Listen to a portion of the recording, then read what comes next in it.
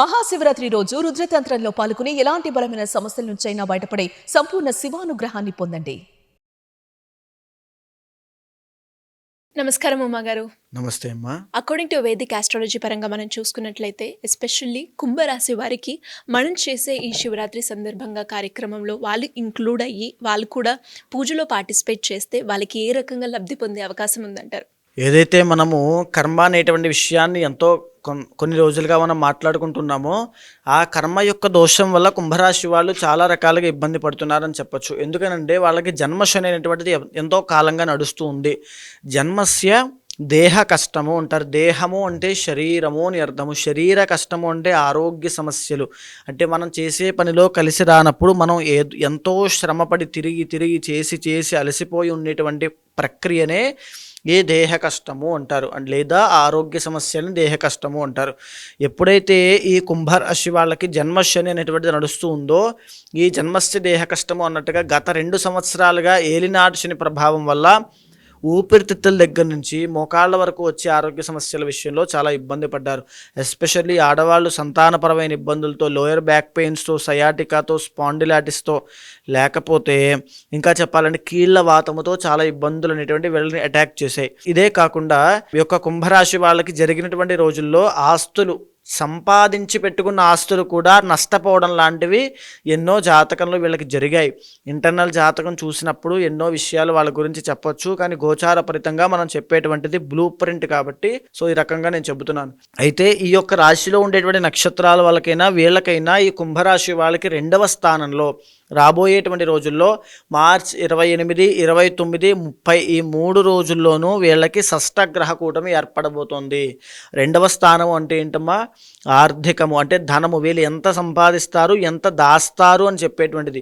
ఇక 2వది మన మాట ద్వారా బ్రతికేటువంటి వృత్తులు ఉంటాయి. ఉదాహరణకి నేను ఆస్ట్రాలజర్ని, నేను మాట చెబితే కానీ అది జరగదు. వృత్తి మాట మీద ఆధారపడి ఉంటుంది. మీకు మాట మీద ఆధారపడి ఉంటుంది. యాంకర్స్కి మాట మీద ఆధారపడి ఉంటుంది.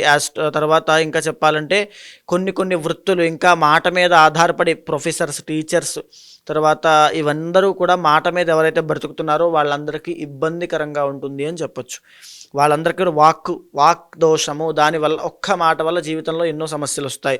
ఇక 2వది ధనస్థానంలో పడుతోంది కాబట్టి ధన సంబంధిత విషయాల్లో బాగా గమనించండి. ఒక పక్క ఏలినాటి శనిలో జన్మశని వల్ల ఆస్తులు అమ్మేటువంటి యోగము, ఆస్తులు అమ్మేసేటువంటి యోగం అనేటువంటిది ఇందాక చెప్పాను. ఇప్పుడు మళ్ళా ఈ యొక్క 2వ స్థానంలో షష్టగ్రహ కూటమి వల్ల 2వ స్థానం సంపాదించింది దాచుకున్నది ఎంత ఉందో చూసేటువంటిది. ఈ దాచుకున్నది కూడా విపరీతంగా ఖర్చు అయిపోయేటువంటిది ఈ షష్టగ్రహ కూటమి వల్ల జరగబోతోంది. దీంతో పాటుగా మార్చి 30వ తారీఖు తర్వాత నుంచి కుంభరాశి వాళ్ళకి 3వ స్థానం, థర్డ్ ఫేజ్ ఆఫ్ ఏలినాటి శని స్టార్ట్ అవుతుంది. ఇది అయిన తర్వాత కంప్లీట్గా ఆర్థిక సమస్యలు బాగా ఒకదానికొకటి సింక్ చేసుకోండి. ఒకటి ఆస్తులు అమ్మేసేటువంటి దోషము, 2వది సంపాదించింది దాచుకున్నది కూడా ఖర్చు పెట్టేసేటువంటి ఇది, 3వది ఈ యొక్క 2వ స్థానంలోకి శని వచ్చిన తర్వాత, థర్డ్ ఫేజ్ ఆఫ్ ఏలినాటి శని వచ్చిన తర్వాత డబ్బు పరమైన విపరీత సమస్యలు. లింక్ చేసుకుంటే మీ జీవితంలో ఒక ఫార్ములా వస్తుంది. ఇంటర్నల్ జాతకం చూస్తే కంప్లీట్గా ఎందుచేత వస్తున్నాయి, ఏ సమస్యలు ఇబ్బంది పడుతున్నారో కూడా చెప్పచ్చు. అదేవిధంగా ఈ యొక్క ఏలినాటి శని ఆఖరి పాదంలో ఉండేటువంటిది కాళ్ళకి సంబంధించి వెరికోజ్ వెయిన్స్ కానీ, లేకపోతే పాదాలకు సంబంధించినటువంటి ఇబ్బందులు కానీ, లేకపోతే ఈ యొక్క కీళ్ళ వాతం కానీ ఎన్నో రకాల సమస్యలుగా వీళ్ళని ఇబ్బంది పెట్టచ్చు. అండ్ శని డయాబెటీస్కి కారణం కాబట్టి డయాబెటీస్ విషయంలో కూడా చాలా జాగ్రత్తగా ఉండాలి. ప్రాణాంతకమైన ఆరోగ్య సమస్యలు ఏవైనా వంశపారంపర్యంగా ఉంటే వాటి విషయంలో కూడా వెరీ కేర్ఫుల్గా ఉండాలి అని చెప్పొచ్చు. అదేవిధంగా ఇదంతా ఎందుచేత జరుగుతోందండి? కర్మ వల్ల. కర్మ ఉంది కాబట్టే జరుగుతూ ఉంటుంది. శని కర్మకారకుడు కాబట్టి ఆ కర్మని ఆయన అనుభవించేలాగా, ఆయన ఒక ప్రతినిధిలాగా ఆయన పీరియడ్ ఆఫ్ టైంలో అనుభవింపజేస్తాడు. మీకుంటే మీరు అనుభవించాల్సిందే, నాకుంటే అనుభవించాల్సిందే. నాకు ఏలినాటి శని వచ్చినప్పటికీ కూడా నాకు ఆ అనుభవం లేదు అంటే నాకు కర్మ లేదు అని అర్థము. ఓకే, కర్మ ఎలా పోయింది అంటే నేను చేసుకునే భగవద్ ఆరాధన వల్ల, పుణ్య కార్యక్రమాల వల్ల, కొన్ని యొక్క ఇప్పుడు నేను చేసేటువంటి కర్మ ప్రాయశ్చిత్త రుద్ర తంత్రము ఏదైతే ఉందో అలాంటి కార్యక్రమాల్లో పాల్గొనడం వల్ల కర్మ అనేటువంటిది ప్రాయశ్చిత్తం అయిపోతుంది, ప్రక్షాళన అవుతుంది. శివానుగ్రహం వల్ల ఆది దంపతులకు అనుగ్రహం కలుగుతుంది. ఇప్పుడు ఉదాహరణకి ఈ కుంభరాశి వాళ్ళకి జాతకంలో చూసుకుంటే 4వ స్థానంలో గురుడు సంచరిస్తున్నాడు మే 15 వరకు కూడా. ఈ 4వ స్థానంలో గురుడు సంచరించినంత కాలము గురుబలం అనేటువంటిది ఉండదు. దీనివల్ల ఎవరైతే పబ్లిక్ డొమైన్లో బ్రతుకుతూ ఉంటారో, అంటే ఒక వ్యాపారం కానీ, లేకపోతే ఈ యొక్క ఫిలిం కెరీర్లో ఉన్న వాళ్ళు కానీ, లేకపోతే పొలిటికల్గా ఉన్న వాళ్ళు కానీ, గవర్నమెంట్ సెక్టార్లో ఉన్న వాళ్ళందరికీ ఇబ్బందులే ఉంటాయి. గవర్నమెంట్ జాబ్ కోసం ప్రయత్నం చేస్తున్న వాళ్ళకి కూడా ఇబ్బందులే ఉంటాయి. సో ఎప్పుడైతే కర్మ ప్రాయశ్చిత్త రుద్ర తంత్రంలో పాల్గొంటారో ఆ కర్మ వల్ల వచ్చినటువంటి గురుబలం లేనటువంటి దోషం ఖచ్చితంగా ప్రాయశ్చిత్తం అవడం వల్ల శీఘ్ర వృద్ధి, అంటే తక్షణమే ఆ దోషము పోయి దానివల్ల వచ్చిన సమస్యలన్నీ కూడా సాల్వ్ అయిపోతాయి అని అర్థం. సో ఈ కర్మ ప్రాయశ్చిత్త రుద్రతంత్రం అనేటువంటిది ఎవరి కర్మ వాళ్ళు అనుభవిస్తున్నారు కాబట్టి ఎవరికి వాళ్ళు తప్పకుండా చేసుకోవాల్సిన ఒక బాధ్యతగా చేసుకోవాలి. అదేవిధంగా ఈ యొక్క కుంభరాశి వాళ్ళకి 6వ స్థాన అధిపతి చంద్రుడు అవుతాడు కాబట్టి డైజెషన్ ప్రాబ్లమ్స్, అంటే తీవ్రమైనటువంటి పొట్టకు సంబంధించిన ఉదర వ్యాధులు, పొట్టకు సంబంధించిన ఇబ్బందులు, జీర్ణకోశ వ్యాధులు, తర్వాత గ్యాస్ట్రిక్ సమస్యలు, ఎసిడిటీ ప్రాబ్లమ్స్ ఇవన్నీ కూడా తీవ్రతరం అవుతాయి. అదేవిధంగా చూసుకుంటే షార్ట్ టెంపర్ ప్రాబ్లం అంటాం కదండి, పాల పొంగులాగా ఒక్కసారిగా వెంటనే ఒక పాము పడగ విప్పినట్టుగా వెంటనే వచ్చేస్తుంది, మళ్ళీ వెంటనే తగ్గిపోతుంది. ఇలాంటివన్నీ కూడా ఈ కుంభరాశి వాళ్ళకు ఉండేటువంటి సమస్యలు. ఇవన్నీ కూడా మనం చేసుకున్న కర్మ వల్ల ఆ యొక్క భావ ఆవేశాల విషయంలో మనం జాగ్రత్తగా ఉండకపోతే అవి మన జీవితం మీద ప్రభావితం చూపిస్తాయి. ఎప్పుడైతే అవి ప్రభావితం అవుతాయో మన జీవితంలో వచ్చే సమస్యలు, దాన్నే ప్రారబ్ధ కర్మ అంటారు.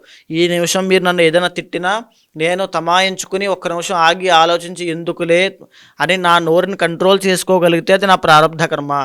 లేదు నేను ఒక్క మాట తిట్టగలిగితే తిట్టేస్తే అది కూడా ప్రారబ్ధ కర్మే. ఈ నిమిషం మీ చేతుల్లో ఉన్నది ప్రారబ్ధ కర్మ. ఆ ప్రారబ్ధ కర్మని సద్వినియోగం చేసుకోండి. మహాశివరాత్రి నాడు మీరు ఈ యొక్క కార్యక్రమంలో పాల్గొనాలన్నా ప్రారబ్ధ కర్మ అనేటువంటిది ఉండాలి. ఆ జన్మకో శివరాత్రిని ఊరికే అనరం. ఎందుకంటే ఒక్క శివరాత్రి మనం సద్వినియోగం చేసుకున్నా జీవితం అంతా కూడా తరించిపోతుంది. ఇహ పర సాధనలు రెండూ కలుగుతాయి. జీవితం, మీ కుటుంబం అంతా కూడా ధన్యం అవుతుంది. గురుగారు, జాతకరీత్యా కావచ్చు, లేదు కర్మ వల్ల వారు ఎదుర్కొన్న సమస్యలకి పరిష్కారం చేసుకోవాలి. మీరు అన్నట్టుగానే ఫిబ్రవరి 26 రోజు ఎవరైనా కూడా ఆఫ్లైన్లో కావచ్చు, ఆన్లైన్లో కావచ్చు, మీరు చేసే కార్యక్రమంలో పాల్గొనాలి అంటే ఎలా ఉంటుంది గురుగారు? తప్పకుండా అండి. మీకు కింద కనిపించేటువంటి నెంబర్కి కాల్ చేస్తే మీకు మా వాళ్ళు పూర్తి వివరాలు ఇస్తారమ్మా. కానీ ఒక్కడు గుర్తుపెట్టుకోండి, స్వయంగా మీరు వచ్చి స్వామివారికి చేస్తే ఆ యొక్క సంతృప్తి, ఆత్మసంతృప్తి, ఆ యొక్క మీ యొక్క జన్మ ధన్యం అవుతుంది. జన్మకో శివరాత్రిని ఎందుచేత అంటారంటే అమ్మా, ఒక్క శివరాత్రిని సద్వినియోగం చేసుకుంటే చాలు జీవితం అంతా కూడా తరించిపోతుంది, మన తరతరాలు తరించిపోతాయి. ఒక శివభక్తుడు ఇంట్లో జన్మించాడంటే ఆ ఇల్లు ఎంతో అదృష్టం చేసుకుంటే కానీ ఆ శివభక్తుడు ఆ ఇంట్లో జన్మించడు. అలాంటి మీరు, ఆ శివభక్తితో ఉన్నటువంటి మీరు వచ్చి ఆ కార్యక్రమంలో పాల్గొని ఆ యొక్క స్వామివారికి సేవ చేయండి. మీ యొక్క నవవిధ భక్తి ఏ విధంగా మీరు సేవ చేసినా పర్వాలేదు. స్వామివారిని గానము చేస్తారా, కీర్తన చేస్తారా, స్వామివారికి పూజ చేస్తారా, అభిషేకం జరిపిస్తారా, స్వామివారికి ఏకాదశ రుద్రాభిషేకము, లక్ష బిల్వార్చన, లలితా సహస్రనామ పారాయణ, స్వామివారికి శాంతి కళ్యాణము, రుద్రహవనము, మహాలింగ దీపార్చన, ఇలా ఎన్నో కార్యక్రమాలు మీ చేతిలో మీరే స్వయంగా చేసి స్వామివారి యొక్క కైంకర్యంలో పాల్గొని కర్మని ప్రక్షాళన చేసుకోండి. ఎవరైనా తెలియని వాళ్ళు ఉంటే వాళ్ళకి కూడా కార్యక్రమం వివరాల యొక్క తెలియజేయండి. ఆది దంపతులకు అనుగ్రహాన్ని కలగజేసేలా చేయండి. ధన్యవాదాలు గురుగారు. నమస్తే అమ్మా. సుమన్ టీవీలో మీ పర్సనల్ అండ్ బిజినెస్ ప్రమోషన్స్ కోసం కింది నెంబర్కి కాంటాక్ట్ చేయండి.